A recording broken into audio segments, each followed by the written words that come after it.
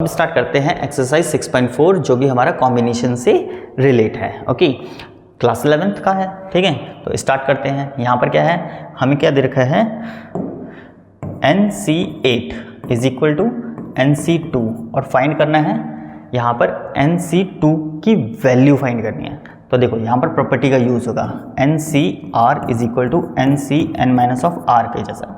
तो हम इसको क्या लिख सकते हैं, NCn माइनस ऑफ 8 इसके प्लेस पर, तो इज इक्वल टू क्या हो जाएगा यहाँ पर NC2। तो यहाँ पर हम प्रॉपर्टी का यूज़ कर रहे हैं, तो यहाँ पर हमारा क्या आ जाएगा, n जो भी होगा मतलब कि फॉर्मूले के अकॉर्डिंग वो कैंसिल आउट हो जाएगा। यहाँ पर सिर्फ और सिर्फ क्या बच जाएगा, n minus 8 is equal to 2। इसको उठा के इधर लाएंगे तो n is equal to 2 plus 8 हो जाएगा। तो n इज इक्वल टू कितना हो गया, 10। तो अब हम निकाल देते हैं NC2 का वैल्यू, तो n के प्लेस पे 10 आ जाएगा, C2। अब इसको सॉल्व करेंगे तो यहाँ पर कैसे करेंगे, हम डायरेक्टली करेंगे। डायरेक्टली मतलब 10 इंटू 9 अपॉन में 2 इंटू 1, इससे इसको ख़त्म करेंगे तो यहाँ पर कितना आ जाएगा 5 और 9 5 सा 45। तो ये आंसर हो जाएगा हमारा। तो क्वेश्चन नंबर 1 हमारा कंप्लीट। आगे देखते हैं। तो क्वेश्चन नंबर 2 स्टार्ट करते हैं। Determine n if, first part क्या दे रखा है, 2NC3 ratio NC3 is equal to 12 ratio 1।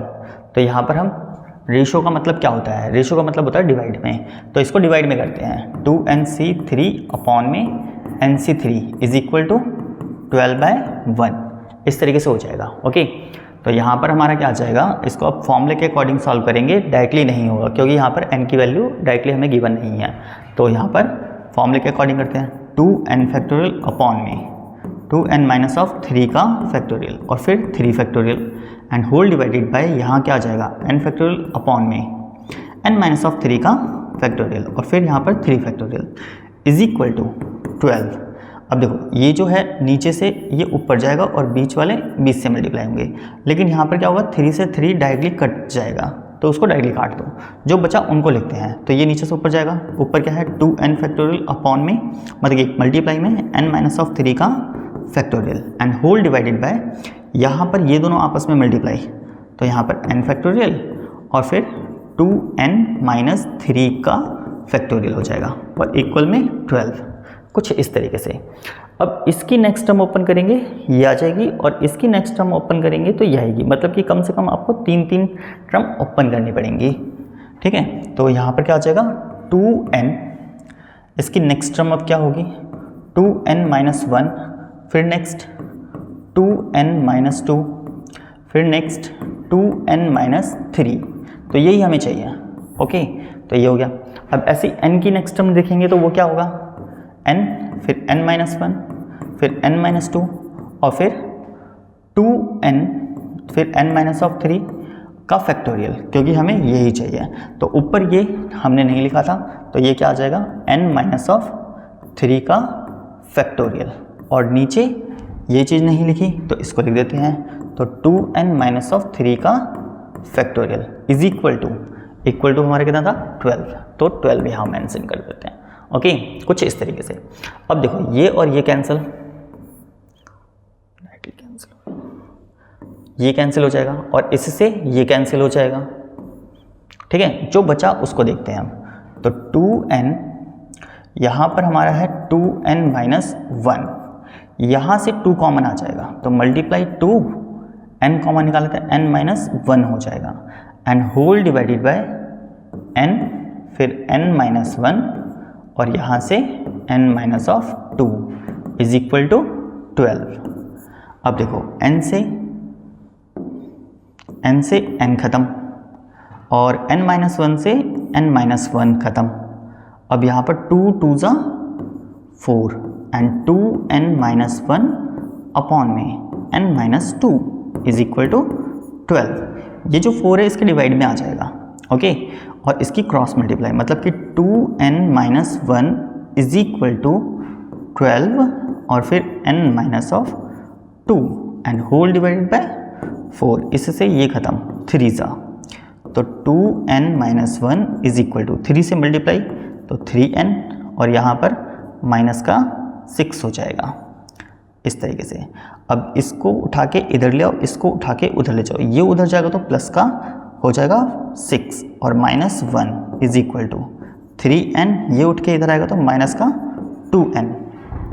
तो फाइनली क्या बचा, 3 में से 2 गए 1, मतलब कि n, और 6 - 1 5, तो n का वैल्यू 5 आ गया। तो फर्स्ट पार्ट हमारा कंप्लीट होता है। अब हम सेकंड देखेंगे। तो सेकंड पार्ट स्टार्ट करते हैं। सेकंड पार्ट में क्या देखा है, सब कुछ वही है, बस यहाँ पर 12 के प्लेस पे क्या है, 11 है। ओके, तो रेशियो में है तो डिवाइड में लिखते हैं इसे, 2nc3 अपॉन में nc3 is equal to 11 upon में 1 हो जाएगा। तो यहाँ पर फॉर्मूले के अकॉर्डिंग सॉल्व करते हैं इसमें, तो कितना हो जाएगा, 2n फैक्टोरियल अपॉन में 2n माइनस ऑफ 3 का फैक्टोरियल और फिर 3 का फैक्टोरियल अपॉन में यहाँ पर n फैक्टोरियल अपॉन में n माइनस ऑफ 3 फैक्टोरियल और 3 का factorial is equal to 11। Okay, तो यहाँ भी हम क्या करेंगे, 3 से 3 कैंसिल करेंगे और इसको ऊपर ले जाएंगे और इन दोनों को आपस में मल्टीप्लाई कराएंगे।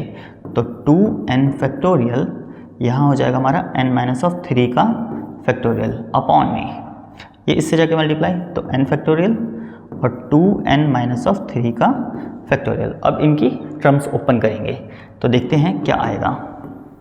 ओके, तो यहाँ पर 2n को 3 टाइम्स ओपन करना है, तो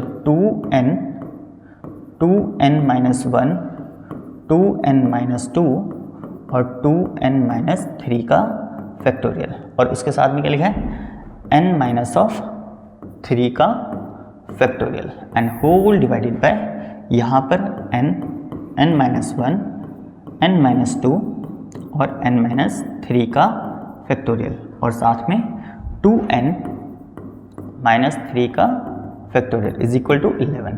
तो देखो, इससे ये कैंसिल और इससे ये कैंसिल,